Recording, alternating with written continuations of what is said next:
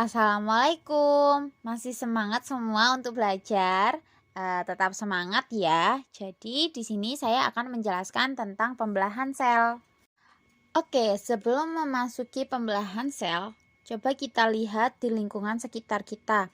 Misalnya rambut kita yang awalnya pendek menjadi panjang, kemudian tumbuhan yang awalnya kecil, bibit itu bisa menjadi tumbuhan yang sangat besar.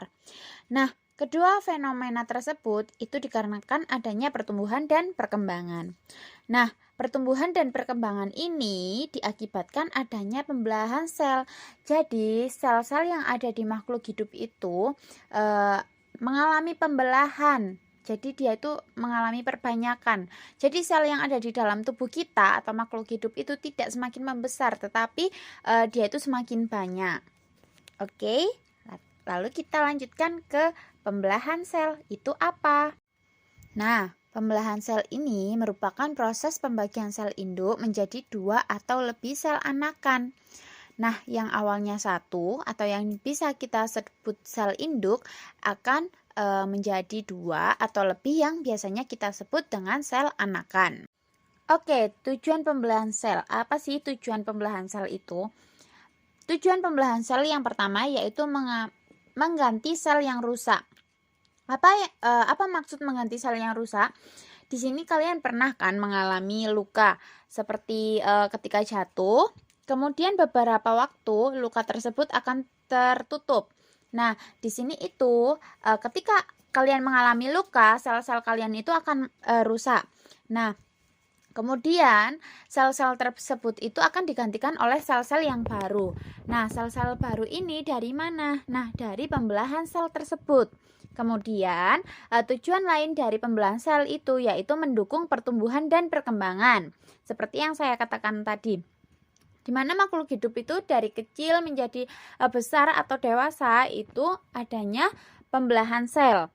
Nah, lalu kemudian yang selanjutnya menghasilkan individu baru.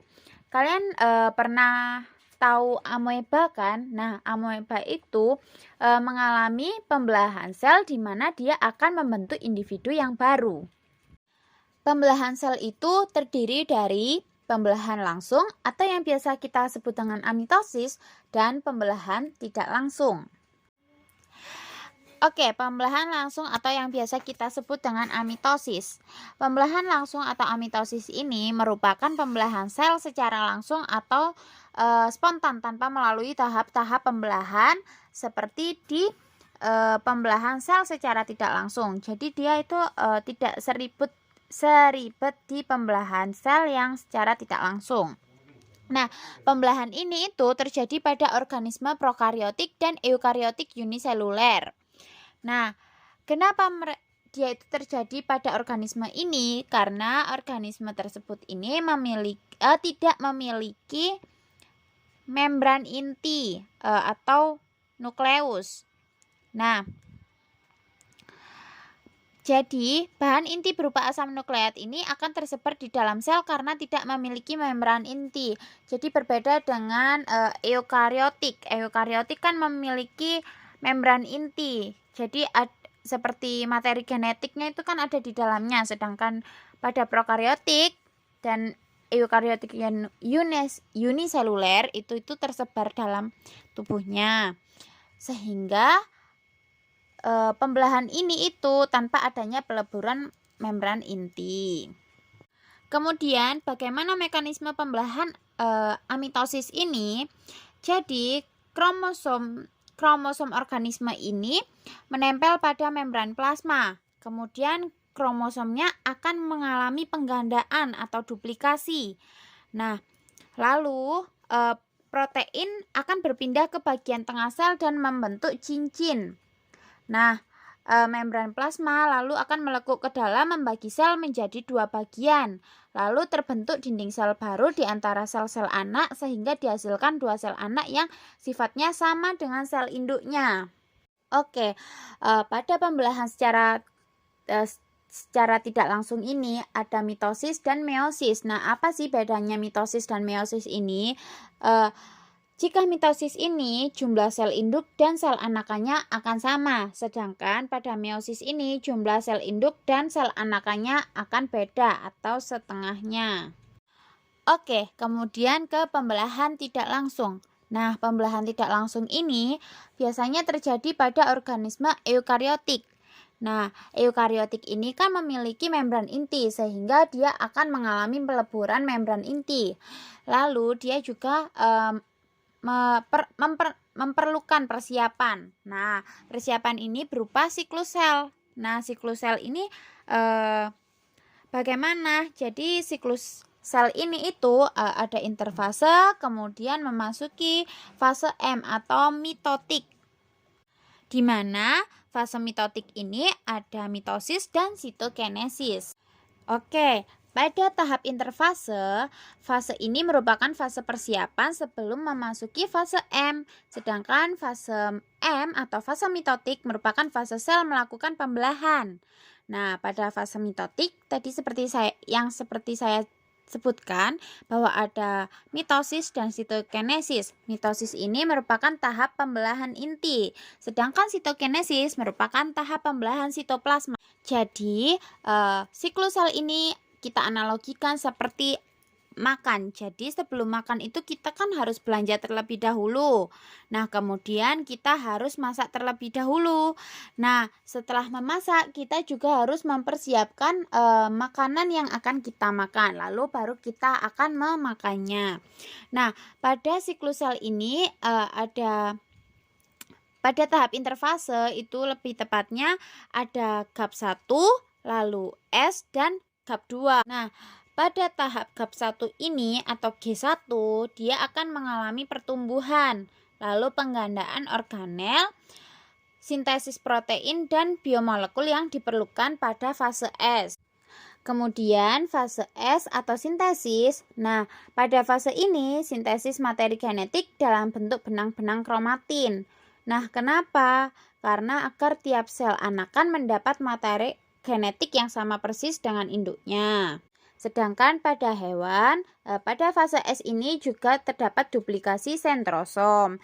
Kemudian kita lanjut pada tahap GAP 2. Nah, pada GAP 2 ini fase sel siap membelah, di mana dia akan mengalami pertumbuhan sel, lalu penggandaan organel, sintesis protein dan biomolekul.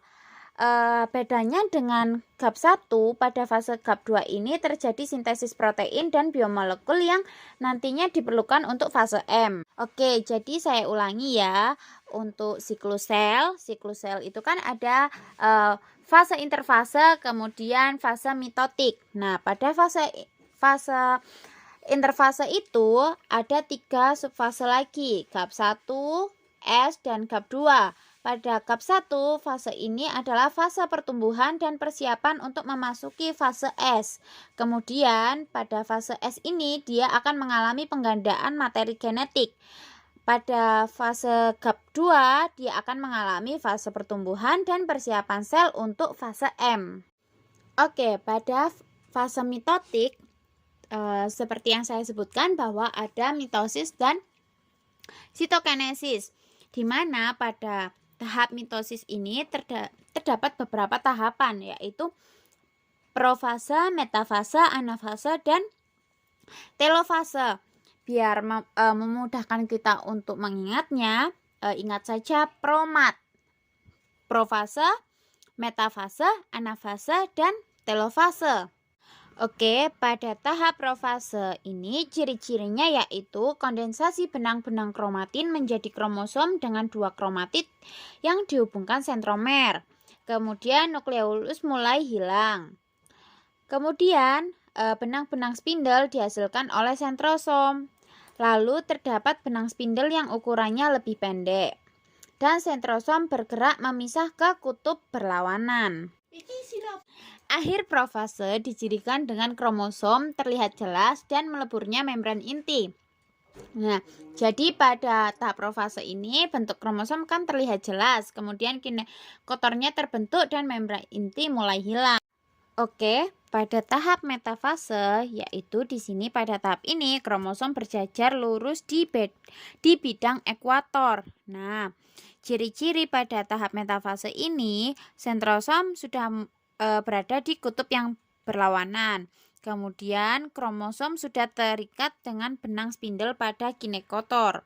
Lalu semua kromosom berada di satu garis lurus atau bidang ekuator. Lalu pada tahap anafase, kromatid saudara terpisah dan masing-masing bergerak menuju sisi yang berlawanan. Nah, di sini ciri-cirinya yaitu terjadi karyokinesis atau pembelahan inti. Nah, proses ini terjadi karena benang-benang spindel mengalami depolimerisasi atau pemendekan. Nah, lalu sel akan mengalami pemanjangan ukuran dan masing-masing kutub sel memiliki jumlah kromosom yang sama. Lalu pada tahap telofase, dia akan terbentuk membran inti pada masing-masing kutub. Nah, ciri-ciri telofase ini adalah kromosom diuraikan kembali menjadi benang-benang kromatin. Lalu membran inti terbentuk kembali. Nah, nukleolus mulai terlihat. Lalu terbentuk lekukan pembelahan pada membran plasma di tengah-tengah sel. Oke, jadi saya ulangi ya pada tahap mitosis ini. Pada tahap profase ini kondensasi kromatin jadi kromosom. Lalu pada tahap metafase kromosom berjajar di bidang ekuator. Lalu pada tahap anafase kromatid terpisah dan bergerak menuju kutub berlawanan. Lalu pada tahap telofase kromosom telah sampai di kutub dan mulai terbungkus membran inti. Nah, tahap akhir pada siklus sel ini yaitu sitokinesis. Nah, sitokinesis ini merupakan pembagian sitoplasma yang menyebabkan sel terbagi menjadi dua bagian. Nah, pembelahan mitosis kan menghasilkan dua sel anakan yang memiliki sifat identik. Jadi, jumlah dari ploidi kromosom sel anakan tetap sama dengan sel induknya. Nah, tetapi untuk pada tahap sitokinesis pada hewan dan tumbuhan itu berbeda. Nah, kalau pada hewan itu pemisahannya dari luar ke dalam. Sedangkan sel tumbuhan ini pemisahannya dari dalam ke luar karena adanya sekat pemisah. Nah, setelah terpisah pada tumbuhan, kemudian akan terbentuk dinding sel baru. Oke, sekian dari saya. Terima kasih. Wassalamualaikum warahmatullahi wabarakatuh.